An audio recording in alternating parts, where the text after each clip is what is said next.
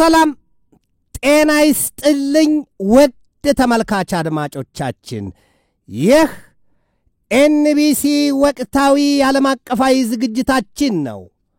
በዛሬው ዝግጅታችን ኢራን በመካከለኛው ምስራቅ ቀጠና በሚገኙ በትንሹ 500 የአሜሪካን ወታደሮች ለመምታትና የሆርሙዝን ወሽመጥ ለመዝጋት መዛት ማስጠንቀቋን ወዲያም መላጠፋ ሆዷ ገፋን የሆነውን የሩሲያና ዩክሬንን ጦርነት ለማስቆም የአሜሪካው ፕሬዚደንት ዶናልድ ትራምፕ ይረዳል ያሉትንና የሩሲያን የነዳጅ ዘይት ሀብት የሚገዙ የሰሜን አትላንቲክ ጦር ቃል ኪዳን ድርጅት ወይም በእንግሊዝኛው ኖርዝ አትላንቲክ ትሪቲ ኦርጋናይዜሽን በምህጻረ ቃሉም ኔቶ አባል ሀገራትን ከዚያ ድርጊታቸው ይታቀቡ ዘንድ የሰጡትን ማስጠንቀቂያና የኔቶን አባል ሀገራት ማፈንገጥ ወዲህም ቻይና በደቡብ ምስራቅ እስያ ቀጠና በሰዎች ከሚታሰበው በላይ የወታደራዊ ኃይሏን መገንባቷና ኃያል የመሆኗን እንዲሁም ሌሎች ወቅታዊና አዳዲስ የምድራችንን መረጃዎች ጠልቀንና ዘልቀን እንመለከታለን።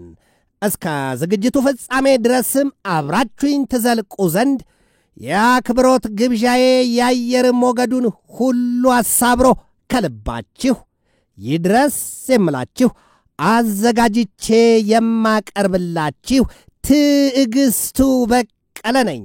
ዓለም ዛሬ ላይ እየቀለቡት የሚከሳ እየነገሩት የሚረሳን አልያም ቢያይዋታት በጅ ብታይ በጅን የመሆኗን ምስጢር እያወጡ የሚያሳዩባት በርክተዋል ይሏታል። የሰው ልጅ የራሱን መኖሪያና ህልውናውን የጠላው ነው የሚመስለው። የተፈጥሮ ሀብቱን ያለ ርህራሄ ለነገውና ለወለደው ትውልድ ሳያስብ በገፍ ሲያወድመው ወዲህም ከስንፍና አመለካከቱ በመነጨ ባለበት ስፍራ ሰርቶ ከመኖር ይልቅ አንድም ርቆ ባህር የብስ አቋርጦ መሰደድን፣ ሁለትም ስንፍናን ተከናንቦ የሚያልማትን ጥቂቱን ሌሎች የሰሩትን የመዝረፍና የመቀማት ተግባሩን እውን ሲያደርገው ይታያል። ዓለማችን ወይም ምድራችን የያዘችው ጉድና ጉዳጉድ ከዚህም ያልፋል። ዛሬ ላይ ከበዛባት የሰው ዘር የሚሆን ከሀብት ሽሚያና ቅርምጦሽ አንጻር ሀገራት በሀገራት ላይ ጦርነት ከፍተው አንዱን ሌላው ሊያስገብር ሲታገል ይታያል። ቆም እንበል። ምድራችን ከበዛባት የሰው ዘር ይላሉ ተመራማሪዎቹ። በርግጥም ምድር ልትይዝ የሚገባት ቢበዛ ከ4 ቢሊዮን በላይ ሰው አልነበረም ሲባል ተመራማሪዎቹ በዚህ ዘመን ግን የለም ይህቺ ምድር ወይም እርዝ ይሏት ፕላኔት ከ8 ቢሊዮን በላይ ሕዝብ ተሸክማ የለም ወይ ሲሉ ያሳያሉ። ያ ምን አመጣ ከተባለ የመልካምነቱን ያህል መጠላላቱና መገፋፋቱን እንዲገዝፍና እንዲሰፋ አድርጎታል ሲሉ ያሳያሉ።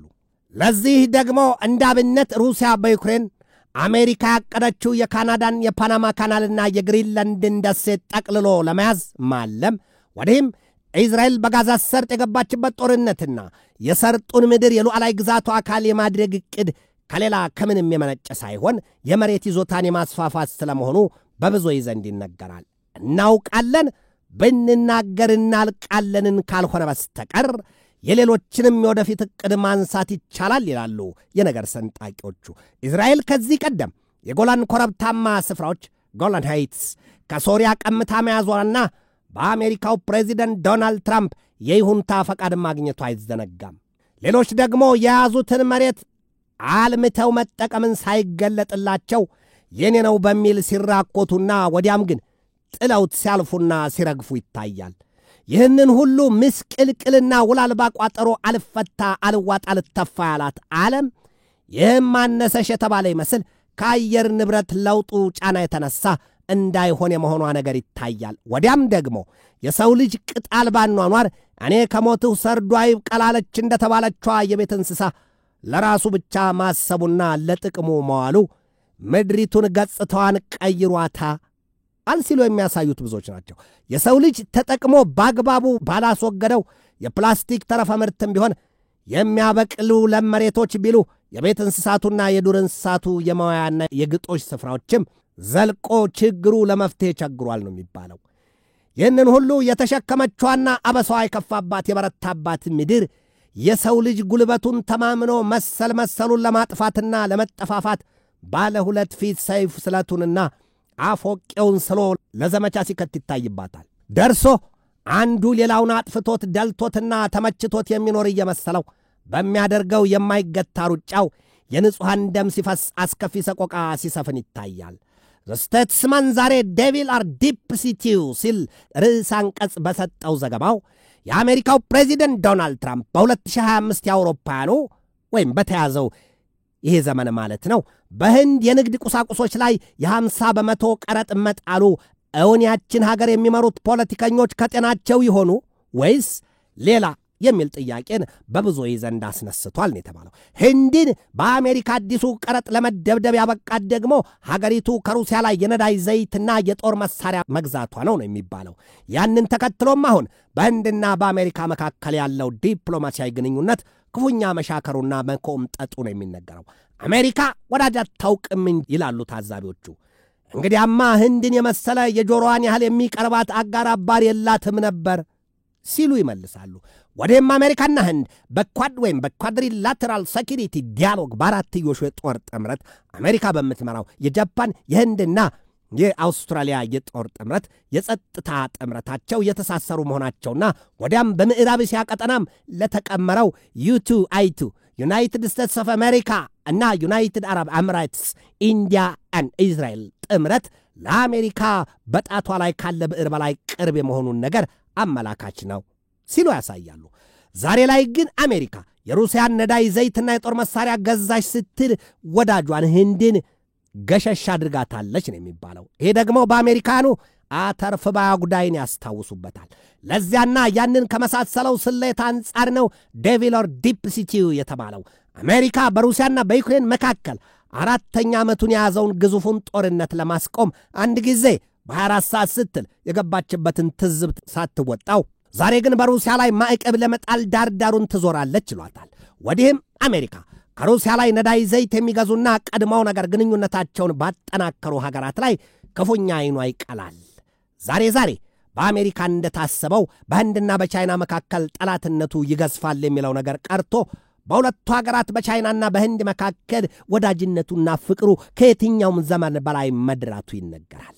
ቆም እንበል እዚህም ጋር የአሜሪካው ፕሬዚደንት ዶናልድ ትራምፕና የሩሲያው አቻቸው ቭላዲሚሮቪች ፑቲን ልክ በአውሮፓውያኑ ነሐሴ 15 ቀን በአላስካ ግዛት አንኮሬጅ ተገናኝተው ሲመክሩ የዩክሬን ጉዳይ መፍትሄ ይሰጡታል ተብሎ ነበር የታሰበው ወይም ደግሞ የሚጠበቀው።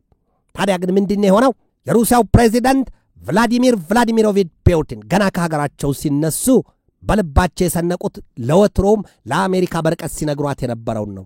እንደ አውሮፓውያኑ አቆጣጠር በ2014 ያዘቻትን ሩሲያ የክራይሚያን ወደብ እነርሱ ክረም የሚሏትን ወዲያም የዶኔስክ፣ የሉሃንስክ፣ የኬርሶንና የዛፖሪዚያን ግዛቶች አለቅም፣ ይልቁንም አንተ ይሏቸዋል ትራምፕን መሆኑ ነው። አንተ እነዚያን ግዛቶች እንትፍትፍ ብለህ መርቀህ ራስም ዕውቅና ሰጥተህ ሌሎቹም ምዕራባውያኑ የአውሮፓ አጋር አባሮችህ ዕውቅና እንዲሰጡልኝ አድርግ፣ ያለበለዚያ ግን ውርድ ከራሴ አለቅም ብለዋቸዋል የተባለው። ትራምፕም በል እንዳልክ ይሁንልህ ብለዋቸዋል መሰል የተባለው። በዚያ የአንኮሬጅ ድርድራቸው በዚህ ተለያይተው ተስማምተው ሳይሆን በሐሳብ ተፈነጃጅረው ወደ የሀገራቸው መመለሳቸውን በየዜና አውታሩ መስማታችን አልቀረም። ታዲያ ምን መላመቱ ምን መፍትሄ አመጡላት ለዩክሬን? ዩክሬን በዚያ በፑቲንና በትራምፕ መካከል የአንኮሬጅ አላስካ ውይይት ወቅት እንኳን የእሳት አበላው ተጋላለላትም እንደወረደባት ነበር ነው የተባለው።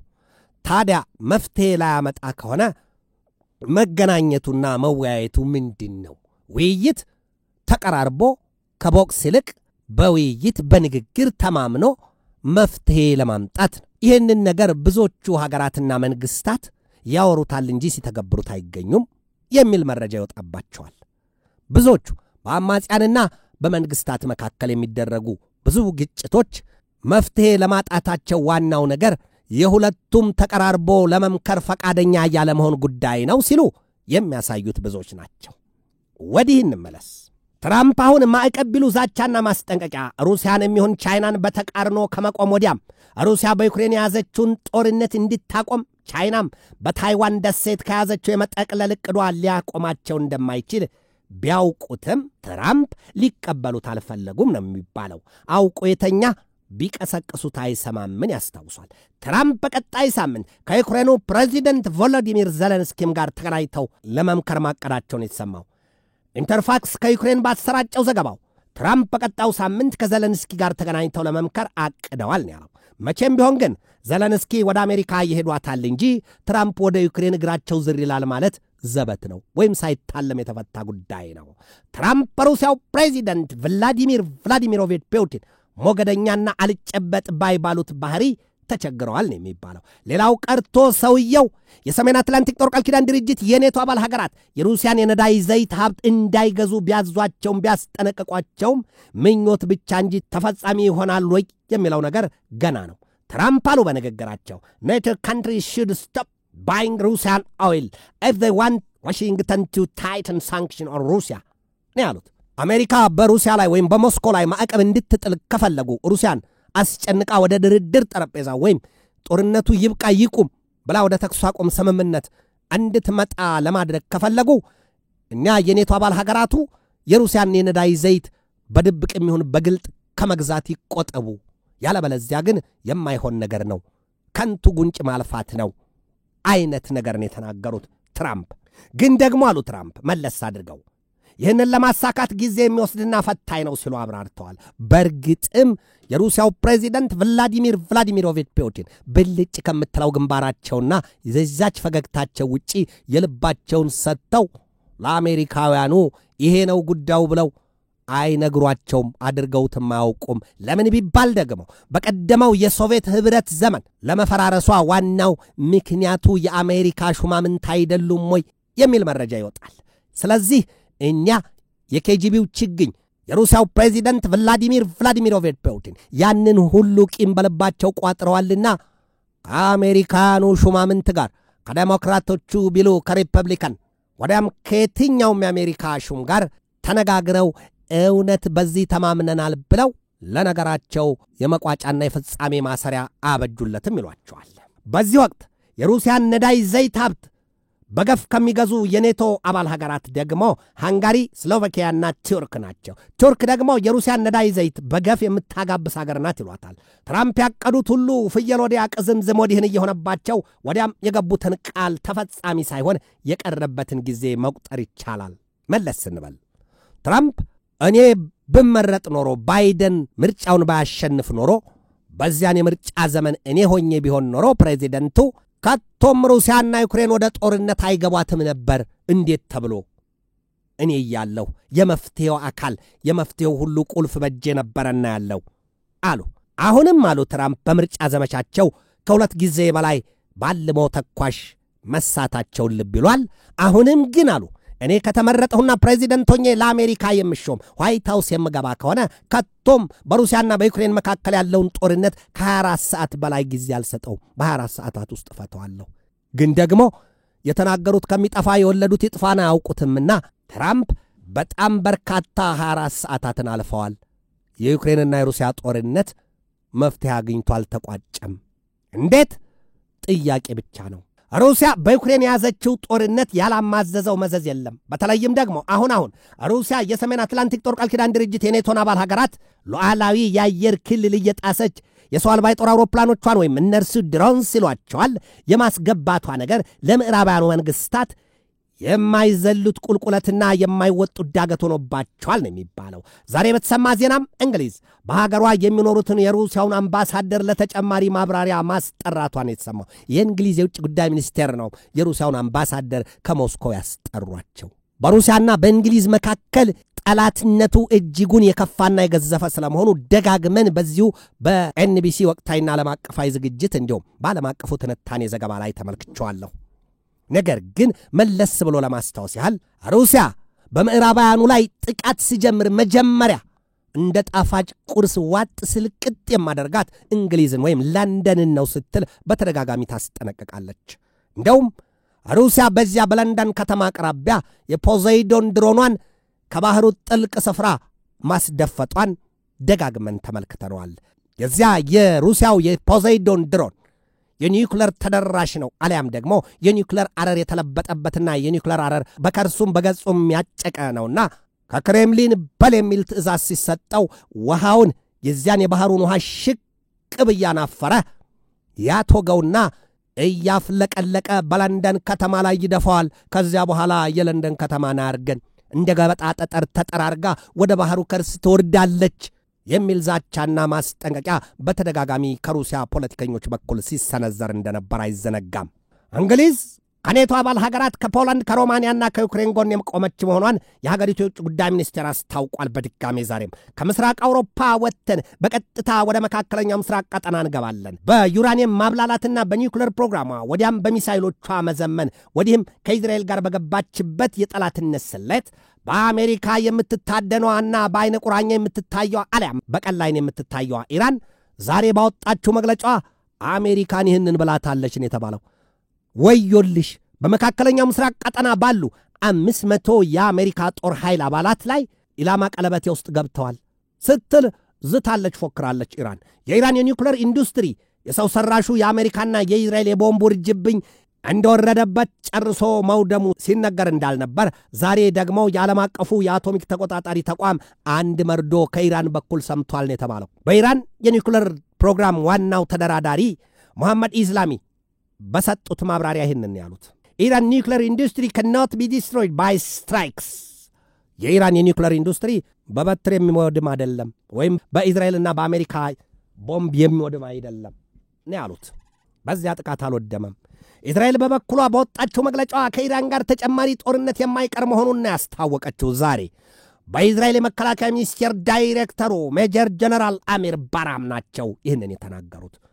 ኢራንና እስራኤል እስከ መጨረሻው አንዳቸው ለማጥፋት ላጲስ ሆነው ስለመቆማቸው ሲዝቱና ሲያስጠነቅቁ ሲፎክሩ የነበረበትን ጊዜም እንደዚሁ ባለም አቀፉ ትንታኔ ዘገባና በዚሁ በኤንቢሲ ወቅታዊ ዓለም አቀፋዊ ዝግጅት ላይ ደጋግሜ ተመልክቻለሁ። የዓለም የመገናኛ ብዙሃን የኢራንና የእስራኤል ጉዳይ የወቅታዊ የየቅጽበቱ ዜናቸው እንደሆነ ለዚች ምድር ግልጽ ነው። በመጨረሻም ወደ ሩቅ ምስራቅ ቀጠና ተጉዘን የቻይናን የጦር ኃይል ግንባታ በሰዎች ከሚታሰበው በላይ ነው መባሉን እንቃኛለን። በእርግጥም ቻይና የጦር ኃይሏ ሲታሰብ እንደ ዘመሚት የሚርመሰመስ የእግረኛ ሰራዊት ያላት የባህር ኃይል መርከቦቿን፣ የአየር ኃይል የጦር አውሮፕላኖቿን በቁጥር ለመግለጽ ይከብዳል። ቀድሞ ነገር ይዘገንን የለም ወይ የሚሉት ብዙዎች ናቸው። ታዲያ አሁን በደቡብ ምስራቅ ኤዥያ ቀጠና ያቺ ሀገር ቻይና ወዲህም በዓለም ላይ ከአሜሪካ ቀጥሎ በሀብት ብዛቷ ሁለተኛውን ደረጃ ተቆጣጥራለች። በጦር ኃይሏም ደግሞ በደቡብ ምስራቅ ኤዥያ ቀጠና ልብ ያላት ሀገር አሊያም ደግሞ በሰዎች አእምሮ ከሚታሰበው በሰዎች አንደበት ከሚነገረው በላይ የጦር ኃይሏ ዘምኗል፣ ሰፍቷል ነው የተባለው። የቻይና የጦር ኃይል ግንባታ ለሰሚው ግራን ነው። እንደውም ማንም ባይተነኩሳት ይሻላል ነው የሚባለው። በአንጻሩ ደግሞ የዝሆንና የጥንቸልን ያህል የሆነው የቻይናና የታይዋን ደሴት ፍጥጫ በእነ አሜሪካ ጡንቻ ይወጡት ይሆን ወይስ አንቃላንቃ ቢደጋገፍ ተያይዞ ዘፍን? ይሄ ጊዜ የሚፈታው ጉዳይ ይሆናል። ቻይና ዛሬ በተሰማባት ዜና ከፊሊፒንስ በመጡ የጦር መርከቦች ላይ የውሃ ማዕበል ረጭታ እነዚያን የፊሊፒንስን መርከቦች አንገፍግፋ መልሳቸዋለች ነው የተባለው። በደቡብ ቻይና ባህር ጉዳይ ቻይና ከማትዋጠር የላትም። ቻይና የደቡብ ቻይናን ባህር በአመዛኙ የራሴ ሉዓላዊ ግዛት ነው የሚል አቋም አላት። ከዚያ የደቡብ ቻይና ባህር ደግሞ ተካፋይነን ከገጹም ከከርሱም የሀብት ምንጩ ይደርሰናል በሚል ፊሊፒንስ፣ ብሩኔይ፣ በርማ፣ ታይዋን፣ ሆንግ ኮንግ፣ ቪየትናም እነዚህን የመሳሰሉ ሀገራት አፍጥጠው ቆመዋል ፊሊፒንስን ጠቅልሎ። ታዲያ እንዲያውም ፊሊፒንስ ከአሜሪካ ጋር ባላት የጦር ትብብር መሰረት አይዞሽ የሚል ድጋፍ አግኝታለችና ቻይናን ሁልጊዜ ትጓጉጣታለች፣ ሁልጊዜ ልትደፍራት ትገዳደራታለች ነው የሚባለው። ዓለማችን ይህንን ሁሉ ጉዳጉድ ይዛለች። ገሚሱ በማዕቀብ ናዳ ይደበደባል፣ ገሚሱ ደግሞ በገዛ ስንፍናው ተሽመድምዶ ይልሰው ይቀምሰው አጥቷል። ገሚሱ በጦርነት ሰቆቃ ውስጥ በረሃብ ይሰቃያል። ገሚሱ የተሻለ ነገን አያለው ሲል የተሻለ ነገር ይጨብጣለው ሲል አርቆ በባህርና በየብስ ስደትን ያማትራል። በዚያም አንዲት ሕይወቱን የሚያጣው ብዙ ነው። ይህ ዘመን የሰው ልጅ ለዚህ ሁሉ ሲቃ የተዳረገው ከብዛቱ አይደለም ወይ ሲሉ የሚመነዝሩትም ሐልቆ መሳፍርት የላቸውም። ነገር ግን ምድራችን ዛሬም ቢሆን ወጉንና ወዙን ጠብቆ ለሰራባት ተገቢውን እንካ ማለቷ አይቀርም። ወደ ኤንቢሲ ተመልካች አድማጮቻችን የዛሬን በዚህ ተሰናበትኳችሁ። ከነገ በስቲያ ሐሙስ በተመሳሳይ ዝግጅት እጠብቃችኋለሁ። እስከዚያው ከልባችን እስከ ዓለማችን ሰላም ተመኘሁ። በድጋሜ ሰላም።